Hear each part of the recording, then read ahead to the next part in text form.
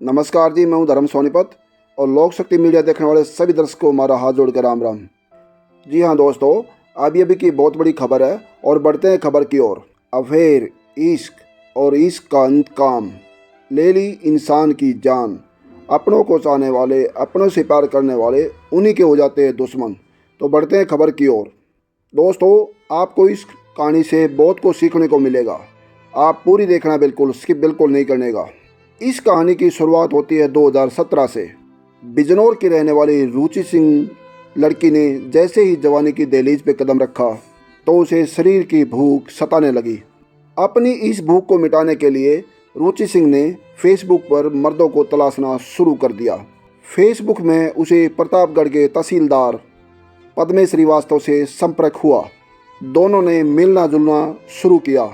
खास बात तो ये थी, दोनों को शरीर की ही भूख मिटानी थी, लिहाजा इनके बीच में शारीरिक संबंध भी हो गए। उम्रदराज तहसीलदार साहब नई लड़की को पाकर बेहद खुश था और रुचि सिंह को उसका ये काम बेहद ही अच्छा लगता था। 2-3 साल तक दोनों के बीच में यही सिलसिला जारी रहा, लेकिन इन दोनों की शादी नहीं हो सकती थी क्योंकि तहसीलदार साहब पहले से ही शादीशुदा थे। इसी बात को मद्देनजर रखते हुए 2019 में रुचि सिंह ने पुलिस विभाग में तैनात नीरज के साथ शादी रचाई। शादी के 6 महीने बाद रुचि सिंह भी पुलिस में भर्ती हो गई और कांस्टेबल बन गई। इन दोनों की ज़िंदगी में सब कुछ ठीक ठाक चल रहा था, लेकिन रुचि सिंह को तहसीलदार साहब के साथ बिताया हुआ समय बार बार तंग कर रहा था, परेशान कर रहा था। एक एक पल उनको याद आ रहा था क्योंकि तहसीलदार साहब इस मामले में खिलाड़ी थे, अनुभवी आदमी थे। रुचि सिंह का पति कांस्टेबल नीरज इस मामले में इतना खिलाड़ी नहीं था जितना कि तहसीलदार साहब। रुचि सिंह अपने पति के साथ खुश नहीं थी, इसीलिए शादी के बाद रुचि सिंह ने फिर से तहसीलदार से संपर्क किया और दोनों के बीच, रुचि सिंह और तहसीलदार के बीच फिर से अवैध संबंध चालू हो गए। रुचि सिंह जितनी खुश तहसीलदार के साथ रही, उतनी खुश अपने पति नीरज कांस्टेबल के साथ में नहीं थी और कई मरतबा ये सोचते हुए उसने सोचा कि क्यों ना मैं ज़िंदगी भर के लिए तहसीलदार के साथ रहूं और ऐसे ही मज़े लूटती रहूं और अपने पति नीरज कांस्टेबल से मैं तलाक ले लूँगी। इसके बाद उसने अपने पति नीरज पर उत्पीड़न का आरोप लगाया और उससे तलाक ले लिया। पति नीरज से तलाक लेने के बाद उसने अब फैसला कर लिया कि मैं तहसीलदार से शादी ही कर लूँगी और तहसीलदार साहब पे दबाव बनाने लगी। और तहसीलदार साहब उनसे शादी नहीं करना चाहते थे, वो तो केवल शुरू से ही रुचि सिंह को यूज ही करना चाहते थे। जब तहसीलदार साहब ने रुचि सिंह को शादी करने से मना कर दिया, फिर रुचि सिंह तहसीलदार साहब को ब्लैकमेल करने लगी। तहसीलदार पद्मा श्रीवास्तव तनाव में रहने लगा। रुचि उसे बार बार फ़ोन करती थी। इसी बीच एक बार रुचि सिंह का फ़ोन तहसीलदार की पत्नी ने फ़ोन उठाया तो दोनों के बीच काफ़ी झगड़ा हुआ और मामला गाली गलौज तक भी पहुंच गया।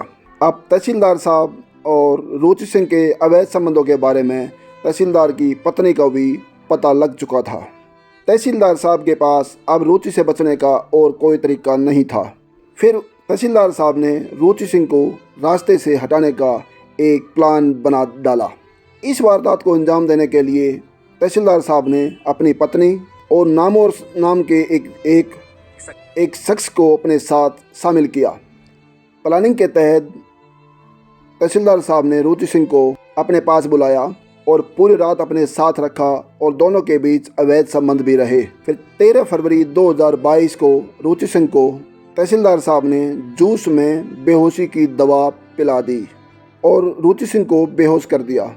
जैसे ही रुचि बेहोश हुई तो नामोर सिंह ने, तहसीलदार साहब के दोस्त ने, रुचि सिंह की सांसें छीन ली और रुचि सिंह के शव को नाली में फेंक दिया।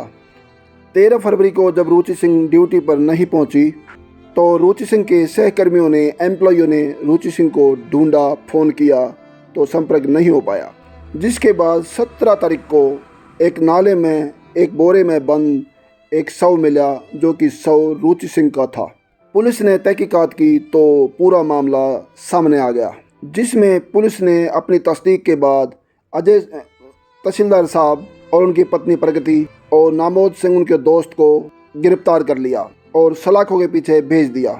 लेकिन इसमें लिहाजा सोचने की बात है कि जिस्म की भूख के लिए इसमें कई परिवार बर्बाद हो गए दोस्तों। एक रुचि सिंह की नादानगी के मारे उसमें 3 परिवार बर्बाद हो गए और उन सब को बर्बाद कर दिया। दोस्तों, गलत काम का रिजल्ट हमेशा गलत ही होता है और बहुत ज़्यादा खौफनाक होता है। इसीलिए आप सबसे गुजारिश है कि गलत रास्ता कोई भी ना चुने। और हमारा उद्देश्य ये नहीं किसी को परेशान करना है, किसी को दिल दुखाना, बल्कि लोगों को जागरूक करना है। आप लोग अपने विचार कमेंट बॉक्स में ज़रूर देना और आप भी सावधान रहें, सतर्क रहें और शेयर और सब्सक्राइब करना ना भूलें। सत्यमेव जयते।